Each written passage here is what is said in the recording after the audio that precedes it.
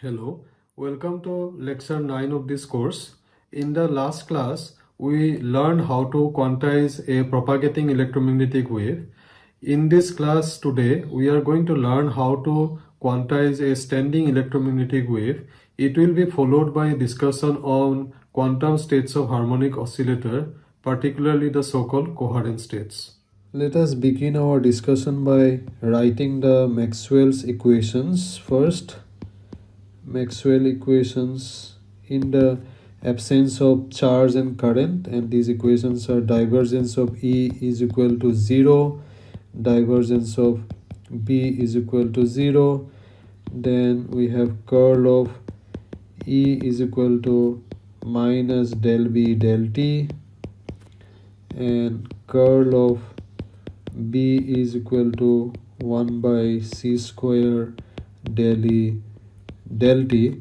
Now because divergence of B is equal to 0, we can write B as curl of A, and you know that A is called the vector potential.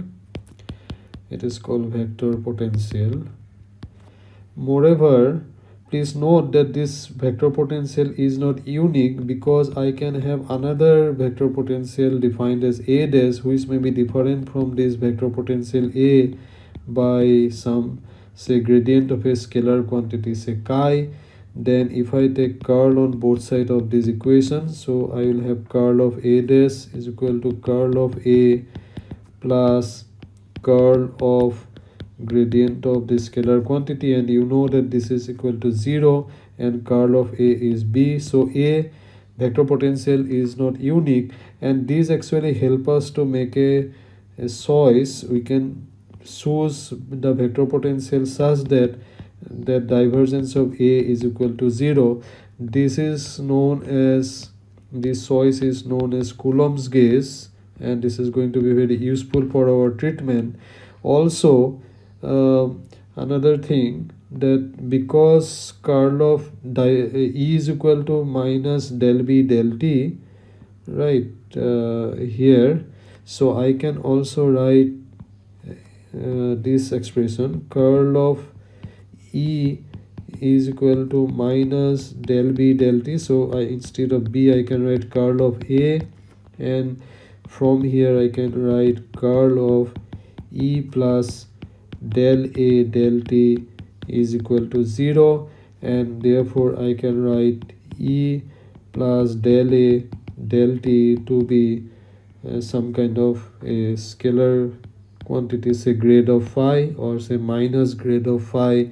Therefore I can express the electric field as minus del A del T gradient of the scalar potential phi. So electric field I can express like this, and the magnetic field B, I have curl of A. And now from this equation, divergence of E is equal to 0. If I put this expression there, I will have divergence of A,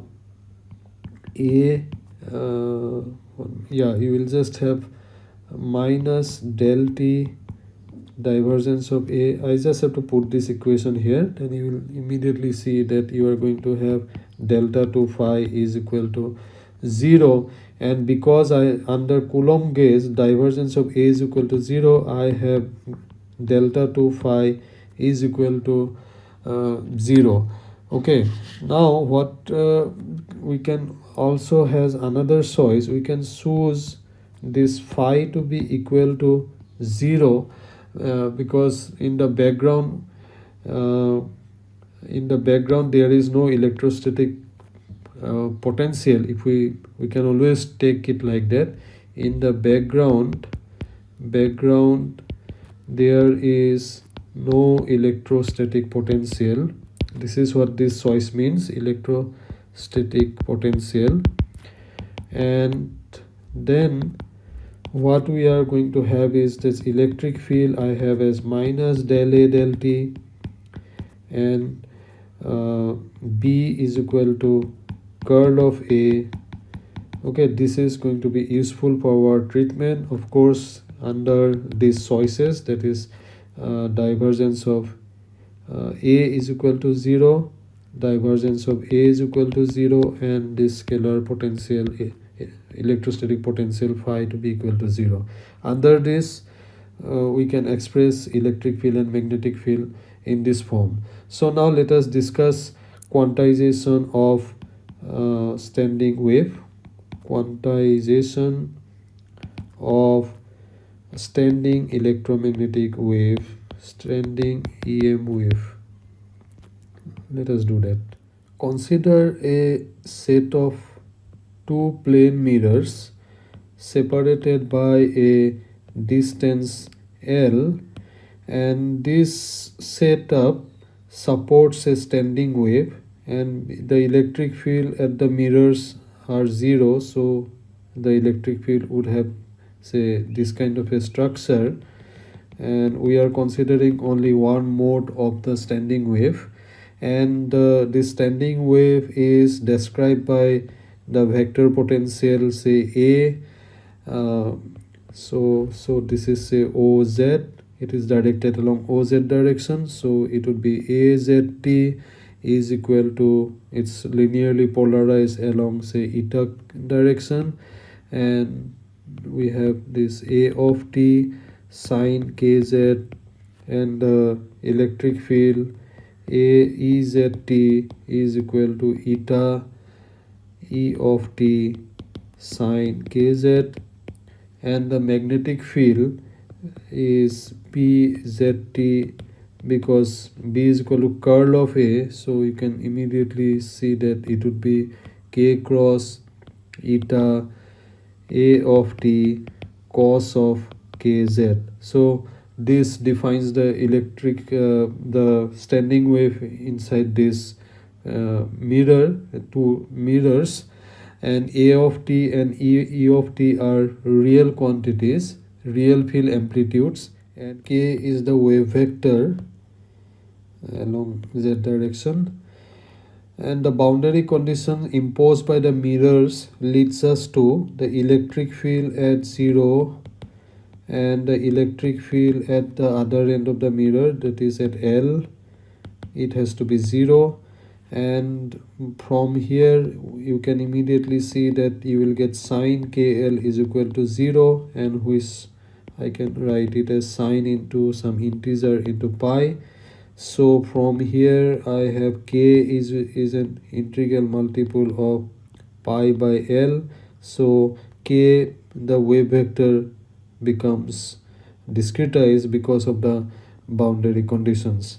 Now we have curl of B is equal to 1 by c square del E del T, and B is equal to curl of A. Now if I utilize this equation here, so curl of A, and that is equal to 1 by c square del E del T. If I open it up, then I will get del of divergence of A minus delta to A is equal to 1 by c square del E del T. Now because we are using Coulomb's gauge, so this divergence of A is equal to 0, and therefore I have, because we are directed along Z, so either only Z component will come into the picture here, delta to A delta Z2, so this one, and here I have 1 by c square del E del T. And also you see that if you, because we have already taken A to be like this, so from here I can immediately write that this would be K square A is equal to 1 by c square del E del T. Alright, or I can just write the time dependence of this electric field would be equal to K square C square A of t, which also I can write it as omega square A of t, where omega is equal to C into K. Now let us define a dimensionless variable. So define a dimensionless variable, say alpha of t is equal to 1 by twice of some normalization factor n omega a minus I e of t. This normalization factor, if you look at carefully, because alpha of t is dimensionless, this normalization factor n should have the dimension of electric field. Now if I take the time derivative of this expression alpha of t, then I have 1 by 2n omega a dot minus I e dot t, and this I can further write as 1 by twice n omega a dot I e dot. So u e dot, if I just use this expression here, I can write it as omega square a of t, and who is further I can write it as minus I omega 1 by twice n omega a plus I a dot. Now recall that E is equal to, earlier we wrote it as minus del A del T. I can utilize this here, and then I will be able to write it as I omega 1 by twice n omega A I e of t. Okay, so this quantity is nothing but, this whole thing is nothing but alpha of t. So I have alpha dot t is equal to minus I omega alpha of t. So what you see is that the standing wave is fully determined, its dynamics is completely determined, this dimensionless variable alpha of t. I'm sure you can see the signature of the treatment that we have done in the last class regarding the propagating waves or the traveling waves. Now the next job is that to find out the energy of the mode. Energy of the mode is, as usual, it is epsilon 0 by 2. So you have this electric field E of RT square plus C square B of R of T square, and this is the volume integral you have to do. So say d3r. So this is what we have to calculate, and let us do that. The integration is evaluated over the quantization volume V is equal to L into L perpendicular square, where L is the length of the cavity and L perpendicular refers to the size of the quantization volume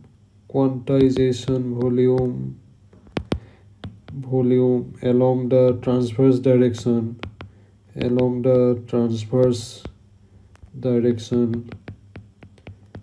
with respect to the mode axis. Now if we put down the expression for the electric field and the magnetic field in the expression, then we can write H is equal to epsilon 0 by 2. We have E of t square sine square kz plus omega square a square cos square kz,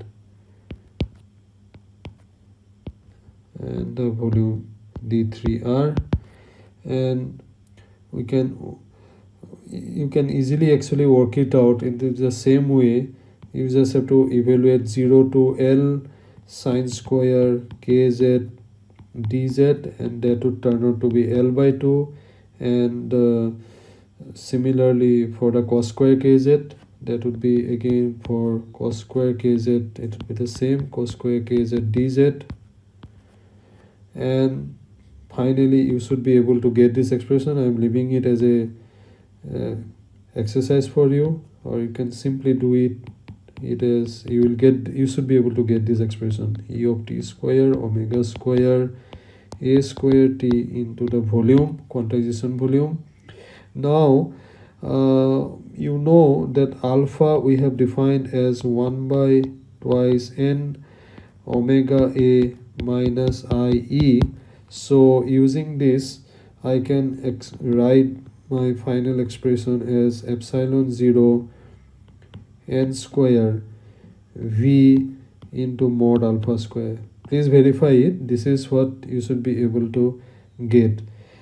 Okay, now exactly the way we have done earlier for the propagating waves, we can now choose our this n, this constant n, as say s cross omega divided by epsilon 0 v under root. Then I can write my Hamiltonian h as h cross omega mod alpha of t whole square. And please note that alpha of t mod square is equal to alpha of 0 mod square, because you remember alpha of t, we can write it as alpha of 0 e to the power minus I omega t. So this is the expression for the Hamiltonian. The only difference that we have, what we had in the earlier class, the constant, we had that factor 2 in the propagating wave, but here we are with this factor 2 is not there. This difference is actually due to the fact that the energy of the standing wave is preferentially located close to the nodes of the cavity mode instead of being uniformly distributed as in the case of plane wave. So we can say that a photon in a standing wave,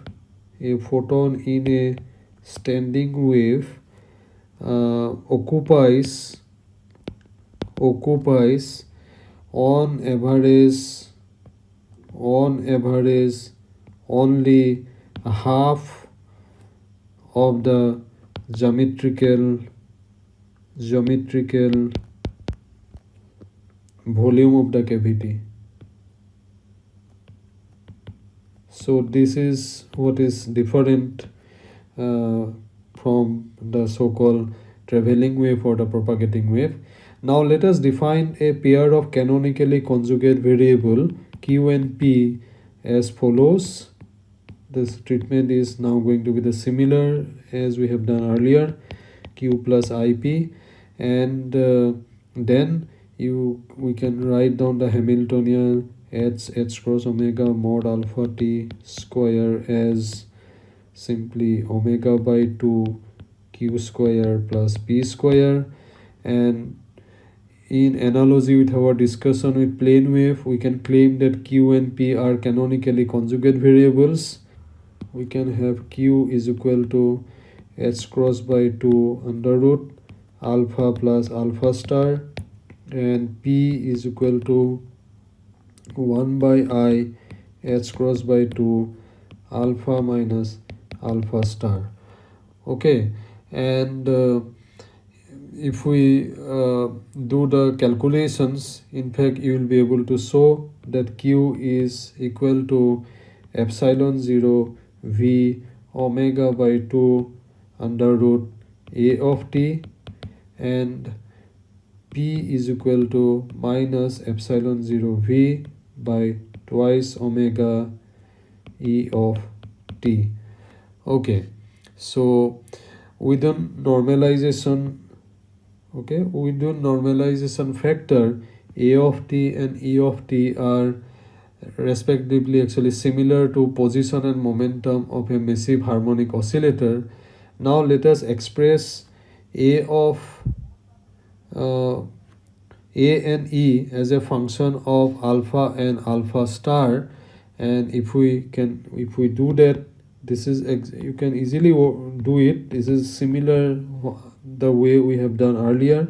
So you will get 1 by omega s cross omega epsilon 0 v under root alpha plus alpha star sine kz, and this electric field E of zt would be eta I h cross omega epsilon 0 v under root alpha minus alpha star sine kz. Okay, so that's what we are going to get. Now quantization is straightforward because already we established that q and p are canonically conjugate variables, so they would be replaced by the operators. qp is equal to I h cross, and alpha and alpha star. So because I have already utilized a and a, the symbol a for propagating waves, now here let me use the symbol b. So alpha is represented by this annihilation operator b, and alpha star would be represented by annihilation operator creation operator b dagger, such that b and b dagger, you can verify it, that would be equal to, this commutation relation would be equal to 1. So for standing wave, I have this operator a of z. I can write it as eta 1 by omega h cross omega epsilon 0 v b plus b dagger sine kz. And for the electric field, I have I eta h cross omega epsilon 0 v under root b minus b dagger sine kz. Okay, so now you can compare the electric field expression that we obtained for traveling EM wave in the last class. For traveling EM wave, the electric field operator that we obtained in the last class is like this. It was s cross twice epsilon 0 v. V is the quantization volume, and we had a of t e to the power I k dot r minus a dagger e to the power minus I k dot r. Now while okay, this is for propagating wave or traveling wave,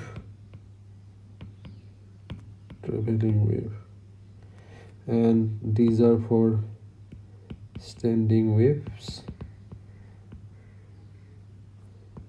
Now while both the traveling wave mode and the standing wave mode behaves like harmonic oscillators when quantized, there is a subtle difference with regard to the photon concept associated with standing wave and the traveling wave. For example, for a single propagating wave or traveling wave, for a single traveling wave, the photon has a traveling wave mode, the photon has a definite momentum. It has a definite momentum, say p is equal to h cross k. If you make a measurement, you will always get the momentum to be like that, and it would have a definite energy E is equal to h cross omega. On the other hand, for a single standing wave, for standing wave in a cavity, for because you know that the standing wave is a superposition of two plane waves with opposite wave vectors, the average momentum of the standing wave, average momentum of a photon in standing wave is equal to 0. And because of that, if a measurement is made, then either one will get h cross k as the momentum, or one will get minus h cross k as the momentum. However, the photon in a single standing wave will have energy. It would have a definite energy, so that would be h cross omega. Okay, this is the fundamental difference between standing wave mode and the propagating wave mode for a single mode I am talking about. So we have established that standing electromagnetic wave when quantized behave like a harmonic oscillator. Now let us discuss some useful quantum states of harmonic oscillator. This discussion is going to be valid for both quanta of electromagnetic radiation, that is called photons, and also the quanta of mechanical oscillators called phonons. Let us now discuss about various quantum states of harmonic oscillators. Earlier, when we discussed quantum mechanical oscillators, we discussed about the so-called number states, and these number states were represented by kate n, where n refers to the number of quanta in the state, and these quanta were known precisely, and they may be photons or they may be phonons. Now, in that context, we talked about ground state of harmonic oscillator, and ground states are also kind of number states. Only thing is that there is no quanta in the state. Now I'm going to talk about one very important class of states that is called coherent states, and these states are particularly useful for optical radiations, and they are represented by this kate alpha, and we'll see that these coherent states are nothing but displaced ground states. Now, the number of quanta in coherent states are generally are infinite, and because of that, these coherent states has a definite phase. On the other hand, in the case of number states, the phase is random. In because you know the number of quanta precisely, so there is a uncertainty in phase, and uncertainty in the number of quanta is zero in the case of number states, and this is also the reason why generally it is very difficult to generate number states experimentally. Okay, now before I proceed further, let me first talk about this displaced ground state. What I mean by that means I can generate a coherent state by just using this ground state if I apply this displacement operator. Okay, so let me first talk about briefly about this displacement operator. Let me define that first.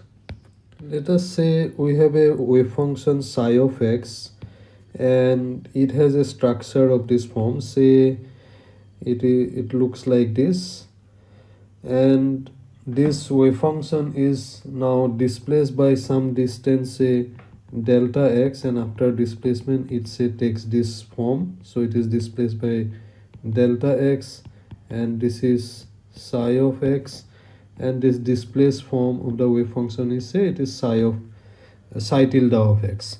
Now you can see that psi tilde of x is actually the same as this wave function psi of x at distance x minus del x. Now if this displacement delta x is very small, then I can expand it into a Taylor series, and Taylor series expansion of this is going to give me psi of x minus delta x, delta psi of delta x, and you will get all other terms. This can I also write at 1 minus delta x plus the terms and psi of x, or I can write it in an exponential form, that would be e to the power minus delta x psi of x. So you see, this is the so-called displacement operator I am talking about. This is what the displacement operator is. Let me make it more formal, because you know that quantum mechanically the momentum operator is defined as minus I s cross delta of x. Here I am talking about displacement along only one direction, x direction. Generally, if it is three-dimensional this thing, then I will have I s cross this delta. All right, so if I so what I can write, so therefore I can write e to the power minus delta of x as, in terms of this momentum operator, I can write it as exponential p by is cross, where p is the operator here, delta x. So again, you remember that earlier we defined this operator p in terms of creation and annihilation operator like this: I q0 m omega a dagger minus a. Here I am talking about a mechanical harmonic oscillator, but it is equally valid for photons as well, where users have to put m is equal to 1, and for mechanical harmonic oscillator q0 is the 0 point fluctuation, and it was defined as h cross divided by twice m omega. Okay, so in terms of this new annihilation and creation operator, I can write down this displacement operator d here. This displacement operator, I can represent it by this d cap here. Then I have exponential p by I s cross delta x, who is, if I put this expression from here, then I would be able to write it as exponential. Doing all these things, you can see that you can write it as exponential twice q0 delta x by 2 k0 a dagger minus a. Okay, this is what you will get, and this is only for one particular direction, that is along the x direction we have worked it out. Or you can actually you can just write it as later on I will show that you will be able to write it as exponential real part of alpha, and you will have a dagger minus a. I think I will come to this particular point, what I am saying as real this thing. Later on you will see that delta x is equal to twice real part of alpha into this q0. Okay, that's what I'm you can just take it like this, that delta x by 2 q0 is nothing but the real part of this parameter alpha. Now, as you know that x and p are on equal footing, x and p are on equal footing. Okay, equal footing. So the displacement could occur in the momentum direction or any arbitrary direction in the phase space. So we define the displacement operator. General definition of displacement operator, or the expression would be d alpha is equal to exponential alpha a dagger minus alpha star a. So this is what is the definition of the so-called displacement operator is, where alpha is alpha is an arbitrary complex number. It's an arbitrary complex number. Okay, it's an arbitrary complex number. So you can actually write it simplify it further, because we know from quantum mechanics that if we have two operators a and b, then e to the power a plus e to the power b, this operator, this relation is there, e to the power a, e to the power b, and then you have e to the power minus half a b, the commutation relation between a b, if the operators satisfy these relations a b, right, and b a b is equal to 0, then this identity, this expression that I have written here, this is valid, provided this subject to the fulfillment of these conditions.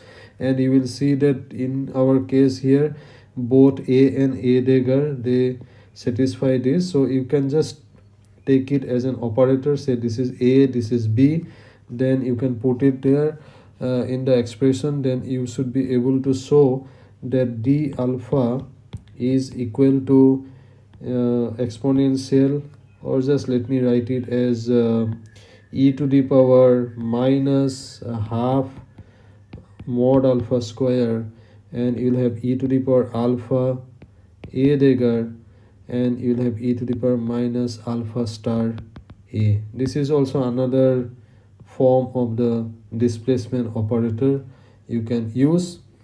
Now going back to the fact that alpha, this coherent state, is nothing but the displaced ground state. So this, when you operate on the ground state, 0 get by the displacement operator, 1 will get the coherent state. So let us see what we will get by our expression that I just got it here. So if I put it there, let me just quickly show you. E to the power minus half mod alpha square, that's a constant quantity. So let me let me put the operator alpha a dagger, which I can write in an exponential form, alpha a dagger to the power n divided by n factorial, where n is equal to 0 to infinity. You may remember that e to the power x, I can write it as summation x to the power n by n factorial, where n goes from 0 to infinity. The same thing here I am doing here. And then for the another expression, I have m is equal to 0 to infinity. This one I can write it as minus alpha star of a to the power m divided by m factorial, then you operate on 0. Okay, so let us do it. It's very simple. So okay, let me just write here. It implies that this kth alpha is equal to e to the power minus half mod alpha square. And now just look at this expression here. If you break it up, you will see that this summation, the first term for m is equal to, okay, let me just open it up, only this one. If you open it up, you will see for m is equal to 0, you will have this kth 0. Okay, and for the another then the second term for m is equal to 1, you will have it as minus alpha star a 0. Okay, now because you know that annihilation operator, when it operate on the ground state, it is going to give you 0, and similarly for all other terms. So ultimately you will be left out with only kth 0 only. So therefore I have this summation is going to give me simply kth 0. So therefore I write it as n is equal to 0 to infinity here, alpha a dagger to the power n divided by n factorial, then kth 0. And okay, now it is then second step. Let me do this, minus half mod alpha square. You could have it, write it as n is equal to 0 to infinity alpha to the power n by n factorial, and then you have a dagger to the power n operated on this kth 0. Now again, you know that a dagger n operated over kth 0. First of all, you know a dagger 0 is equal to simply 1 kth 1, and a dagger applied on kth 1 is going to give you root 2 kth 2, and in this way you again a dagger square on the 0. Therefore you see a dagger 1 is there, so if you just put here, so this is nothing but a dagger 0 would be equal to root 2. So therefore I think you are getting the idea, where I can just extrapolate it to a dagger n 0 would be root over n factorial and kth n, and so from here I can write it as e to the power minus half mod alpha square summation n is equal to 0 to infinity alpha to the power n by n factorial root over n factorial and n kten, and thus I can write the expression for the coherent state as e to the power minus mod alpha square by 2 n is equal to 0 to infinity alpha to the power n by n root n factorial ket n. So this is actually the one of the most popular form of the coherent state. Please note that this coherent state is normalized, and it is very easy to prove it just by utilizing this relation. Now one can get more insight by evaluating the expectation value of the oscillator position and momentum in the coherent state. For example, the expectation value of the position operator in the coherent state, let us evaluate it. So this is the expectation value, and we know that x operator, we can write it as q0 a plus a dagger, and where q0 is the 0-point fluctuation, and that is h cross divided by twice m omega under root. So if I use this, then I can write it as q0, or the 0-point fluctuation, alpha a plus a dagger alpha. And if you work it out, it's very trivial. First term a dagger a ket alpha is going to give you simply alpha alpha. On the other hand, this a dagger operates on the bra alpha, so you will get it as bra alpha then alpha star. So if you utilize it, you can immediately see that it would be q0 into alpha plus alpha star, and which is nothing but q0 twice of the real part of alpha, because alpha is a complex number. And in fact, this is the reason, you see, earlier I used this definition here. We just defined it, say I promise to come back. Yes, here you see I have taken this delta x as twice real part of q0.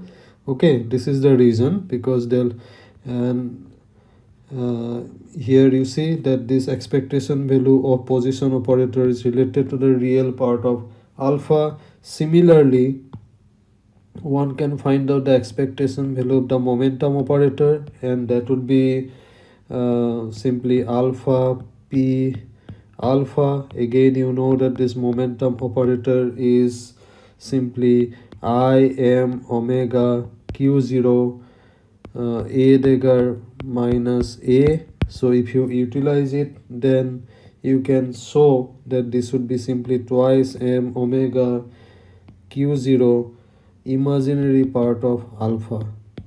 This is trivial to solve. Now what about the probability of finding n photons in the coherent state? So let us work it out. Probability of finding n photons in the state alpha. This is of course valid for any n number of quanta in the coherent state alpha. So this is given by, you just have to take the scalar product of this quantity mod square, and because you know that mod alpha is equal to e to the power minus mod alpha square by 2, and you have n is equal to 0 to infinity alpha to the power n by n factorial under root, then this ket n.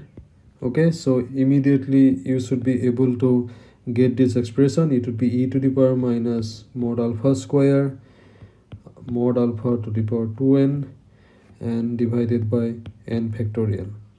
Okay, now also note that the mean number of photons in the coherent state, or mean number of quanta in the coherent state, is given by this expression. You just have to take the expectation value of this number operator, and this number operator here is a dagger a, and you can immediately see that this is nothing but mod alpha square. So in terms of this mean number, you can express this probability expression like this: e to the power minus n bar, and it would be n bar to the power n divided by n factorial.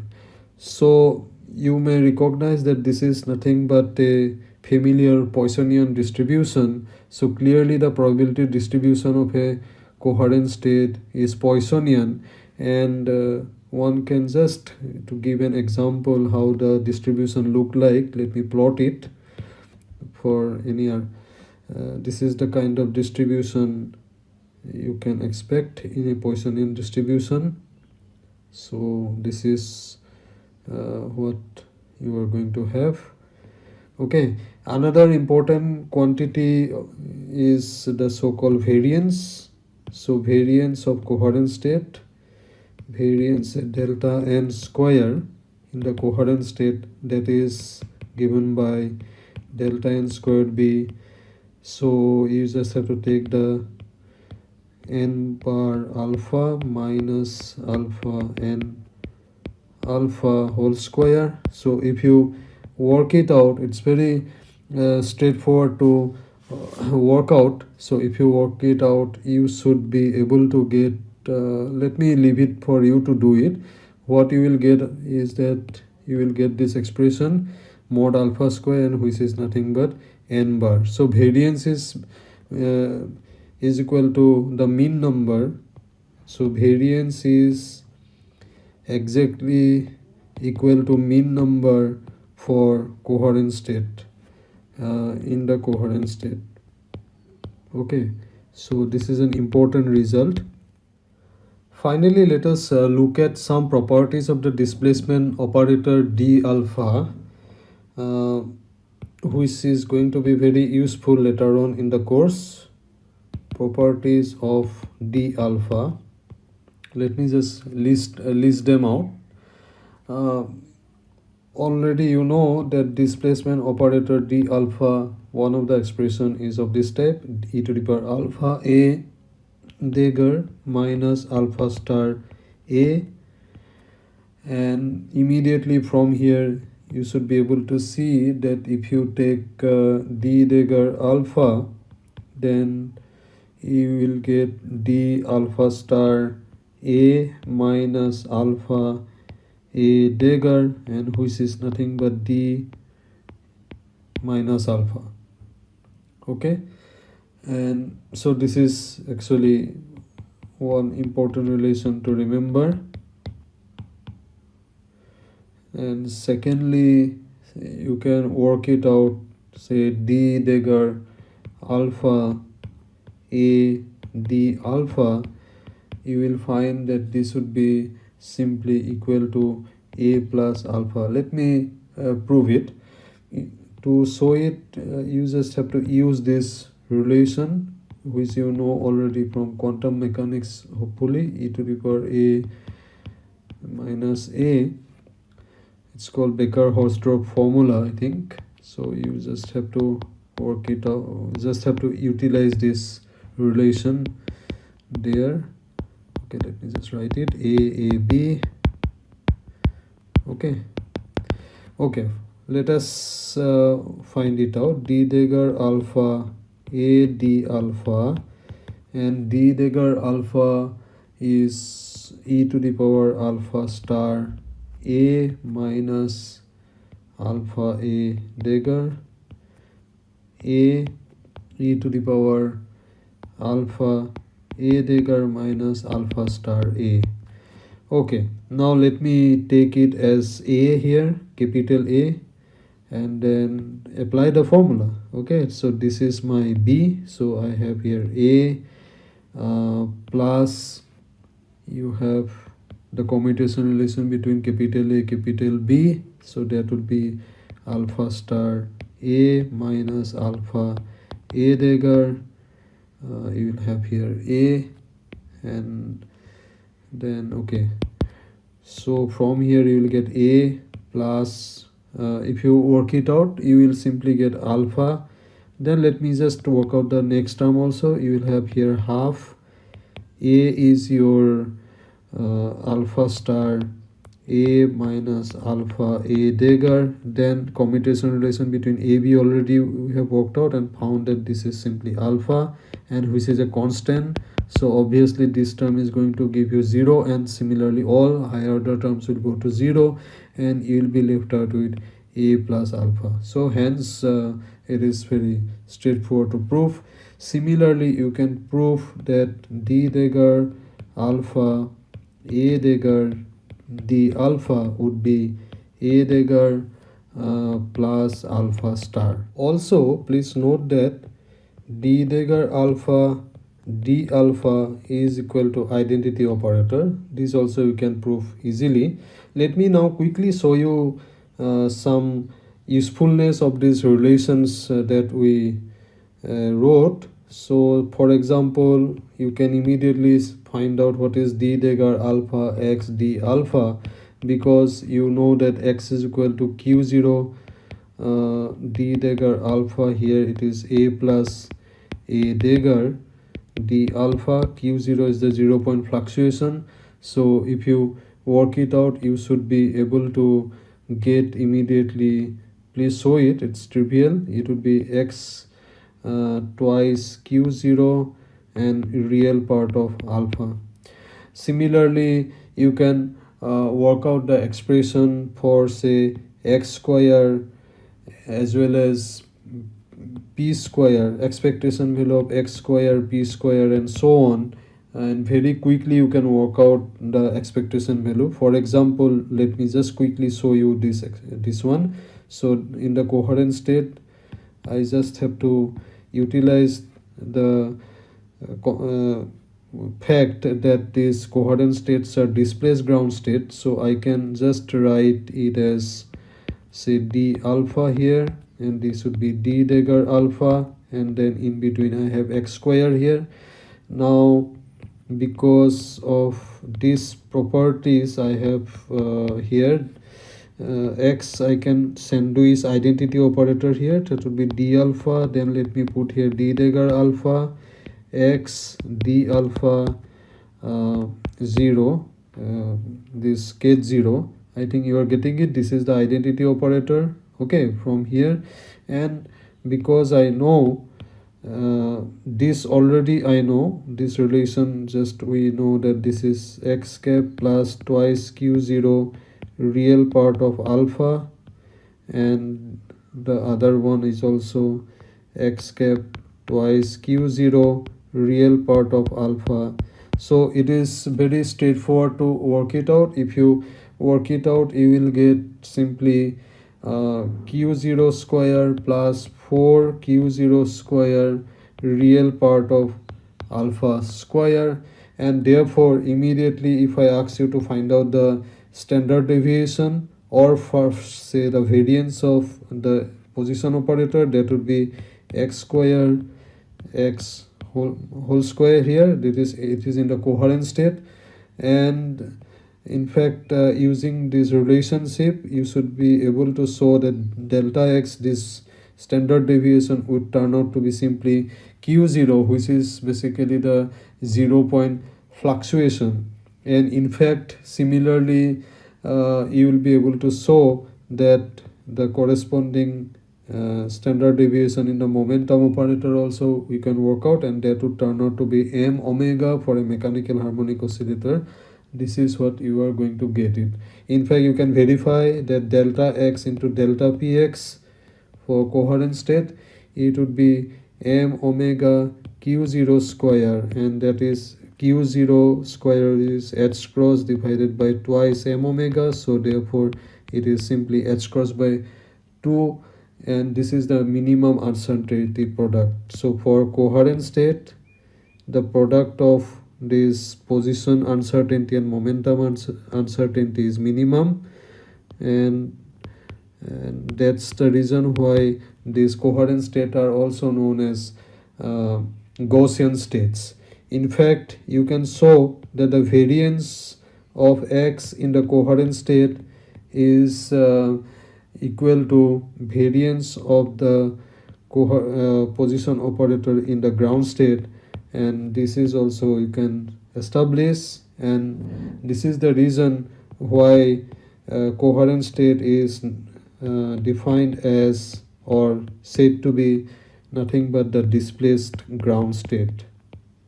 Okay. Let me stop for today. In this class, we have learned how to quantize electromagnetic radiation, and also we learned about coherent states of harmonic oscillator. In the next class, we'll continue our discussion on quantum states of harmonic oscillator. We'll discuss squid states. It's a very important class of quantum states. And also we are going to conclude module 1 of this course in the next lecture. Thank you.